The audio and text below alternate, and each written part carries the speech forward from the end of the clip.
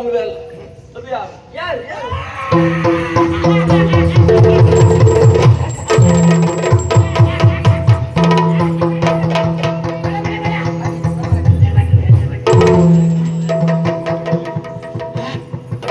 ಅಯ್ಯೋ ನಾನೇನಿದ್ದೇನೆ ಇಲ್ಲಿ.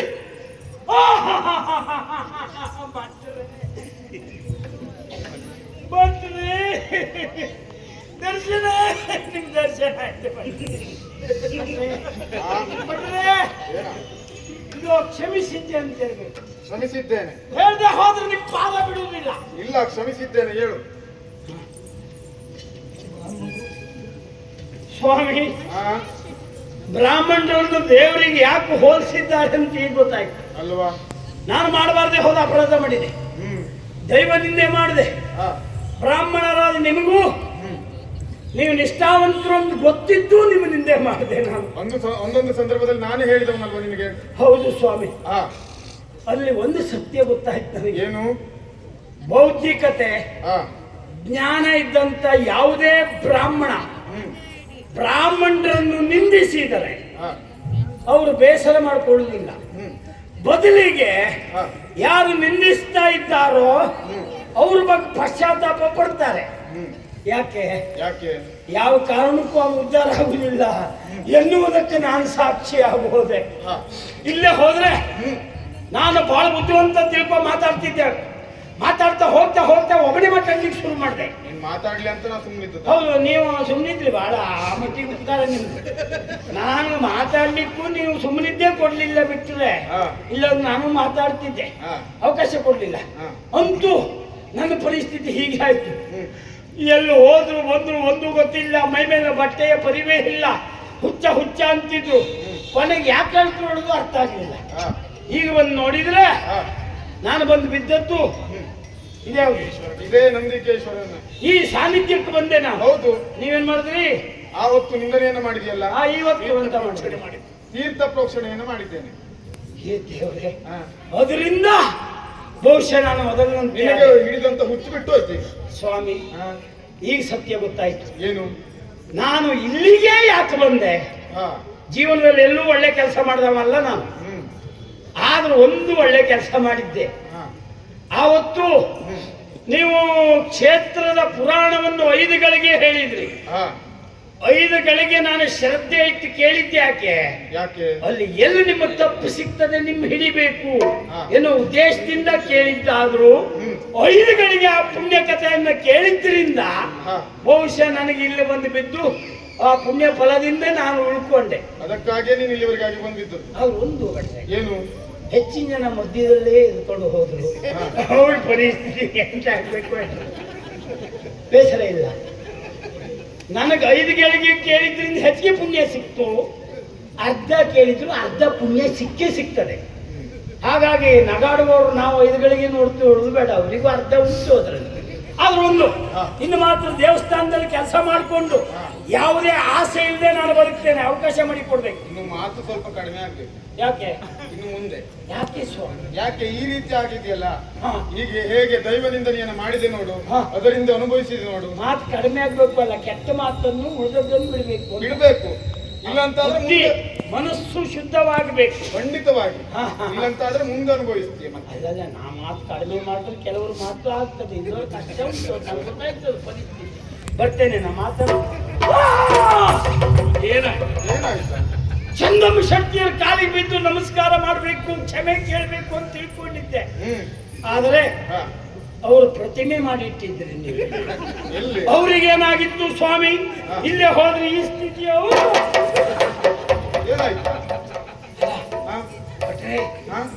ನನಗೆ ಪೂರ್ತಿ ಸರಿ ಆಗ್ಲಿಲ್ವಾ? ಮತ್ತೊಂದ್ಸಲ ತೀರ್ಥ ಹಾಕಿ ನೋಡುವ. ಒಂದ್ಸಲ ಕಂಡೆ, ತಿರುಗಿ ನೋಡಿದ್ರೆ ಇಲ್ಲ. ಇನ್ನು ಮಾನಸಿಕವೇ ಅಲ್ಲ. ನಿಮಗೆ ಈಗ ಏನ್ ಮಾಡ್ಬೇಕು? ನಾನು ಅದೇ ಇವರು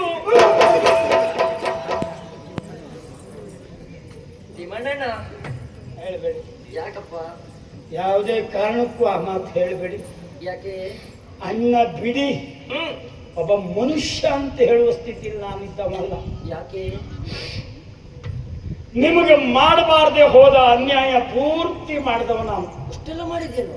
ಹೌದಮ್ಮ, ಗೊತ್ತಾಗ್ಲಿಲ್ಲ ತಿಮ್ಮಣ್ಣ. ನಿಮ್ಮ ವಿಶೇಷವೇ ಅದು.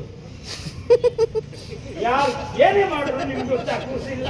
ಯಾರ ಬಗ್ಗೆ ಕೆಟ್ಟ ಆಲೋಚನೆ ಮಾಡುವವಳು ನಾನಲ್ಲ. ಅದೇ ನೀವು ಮನಸ್ಸಿನಲ್ಲಿ ವಂಚನೆ ಇಲ್ಲ, ಶುದ್ಧ ಮನಸ್ಸು, ಅನುಮಾನವೇ ಇಲ್ಲ. ಹೌದು. ಯಾಕೆ ಒಳ್ಳೆಯವರಿಗೆ ಒಳ್ಳೆಯದೇ ಕಾಣುವುದು ಬಿಟ್ಟರೆ ಕೆಟ್ಟದ್ದು ಕಾಣುವುದಿಲ್ಲ. ಅದಕ್ಕೆ ಸಾಕ್ಷಿ ನೀವೇ. ನಾನು ಒಂದೆಲ್ಲ ಅನ್ಯಾಯ ಮಾಡಲಿಲ್ಲ, ಆದ್ರೆ ನಿಮ್ಗೆ ಅನ್ಯಾಯ ಆಗಲಿಲ್ಲ. ಅನ್ಯಾಯ ಮಾಡಿದ್ ನಾನು ಉದ್ಧಾರ ಆಗಲಿಲ್ಲ. ಇದು ಪ್ರಪಂಚದ ನಿಯಮ ಅನ್ನೋದು ಗೊತ್ತಾಯ್ತು. ಹಾಗಾಗಿ ನಿಮ್ಮಲ್ಲಿ ಕೈ ಮುಗಿದು ಬೇಡ್ಕೊಳ್ತೇನೆ. ನಾನು ಮಾಡಿದ ಅನ್ಯಾಯವಾದಾಯ್ತು ಯಾವುದೇ ಇದ್ರು ದಯವಿಟ್ಟು ಅದು ಹೊಟ್ಟೆಗೆ ಹಾಕೊಂಡು ನನ್ಗೆ ಕ್ಷಮಿಸಬೇಕು ಅಂತ ನಾನು ಅದನ್ನ ಆವತ್ತೇ ಹೊಟ್ಟೆಗೆ ಹಾಕೊಂಡಿದ್ನ. ಎಂತದ್ದು ನೀವು ಅಲ್ಲಿ ಫಲಾರ ಹಾಕೊಂಡದ್ದಲ್ಲ. ನಾನು ಮಾಡಿದ ತಪ್ಪನ್ನು ಹೊಟ್ಟೆಯೊಳಗೆ ಹಾಕೊಳ್ಬೇಕು. ಅಂದ್ರೆ ಹೆಣ್ಣನ್ನು ಭೂಮಿಗೆ ಹೋಲಿಸಿದ್ರಲ್ಲ, ಭೂಮಾತೆ ಹೆಣ್ಣಿಗಿದ್ದಂತ ಸಹನೆ ಪ್ರಪಂಚದಲ್ಲಿ ಗಂಡು ಮಕ್ಕಳಿಗಿಲ್ಲ. ನಾವು ಬೆಳಿಗ್ಗೆ ಇದ್ದಾಗ ಸಂಜೆ ಇರುವುದಿಲ್ಲ, ಅದು ಹೇಳಿ ಸುಖ ಇಲ್ಲ ಅದು. ಆದ್ರೆ ನೀವು ಹಾಗಲ್ಲ. ಹಾಗಾಗಿ ನಿಮ್ಮ ಹತ್ರ ಬೇಡ್ಕೊಳ್ತಾ ಇದ್ದದ್ದು ದಯವಿಟ್ಟು ಕ್ಷಮಿಸಬೇಕು. ಅಲ್ಲ, ಕ್ಷಮಿಸಿದ್ದೇನೆ ನಾನು. ಆದ್ರೆ ಇನ್ನೊಂದು ಕೆಲಸ ಮಾಡ್ಬೇಕು. ಏನಮ್ಮ? ನೀನು ಮನೆ ಬಿಟ್ಟು ಹೋಗಿ ಬಹಳ ದಿನ ಆಯ್ತು. ಈಗ ಕೆಲವು ದಿವಸ ಮನೆಯಲ್ಲಿ ನಿನ್ನ ಹೆಂಡತಿ ಮತ್ತೆ ಇಬ್ಬರು ಮಕ್ಕಳಿದ್ದಾರೆ. ಹೌದೌದು. ಅಪ್ಪಯ್ಯ ಎಷ್ಟೊತ್ತಿಗೆ ಬರ್ತಾರೆ ಅಂತೇಳಿ ಕಾಯ್ತಾ ಇರ್ಬೋದು. ಆದಷ್ಟು ಬೇಗ ಹೋಗು. ಇವತ್ತು ದೇವ್ರ ಮುಂದೊಂದು ಸತ್ಯ ಹೇಳ್ತೇನೆ ಕೇಳಿ. ಏನು? ನಾನು ಮನೆ ಬಿಟ್ಟಿದ್ರಿಂದಲೇ ನಮ್ಮ ಹೆಂಡತಿ ಮಕ್ಕಳು ನೆಮ್ಮದಿಯಿಂದಿದ್ರು ಬಿಟ್ಟರೆ ನೀನಿದ್ದ ಕೂಟದಲ್ಲಿ ಎಷ್ಟು ಅರ್ಥ ಮಾಡಿಕೊಳ್ಳಿ.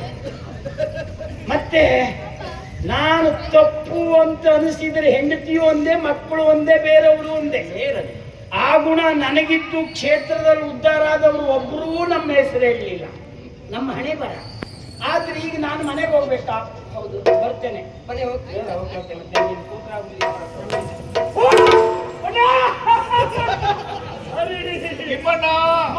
ಇಲ್ಲಿದ್ರಿ ನಾನು ನೋಡ್ಲೇ ಇಲ್ಲ.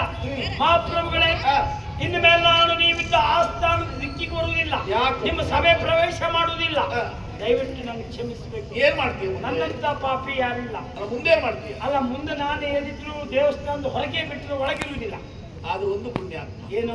ದೇವಸ್ಥಾನದ ಹೊರಗೆ ನೀನಿದ್ರೂ ಕೂಡ ಹಾ. ಬಂದ ಭಕ್ತಾದಿಗಳನ್ನ ನೀನು ಮಾತನಾಡ್ಸಿ ಅವರಿಗೂ ದೇವಸ್ಥಾನಕ್ಕೆ ಬರುವುದೇ ಹೋದಾಗ ಮಾಡ್ಬಿಡ್ಬೇಕು ಪುಣ್ಯ.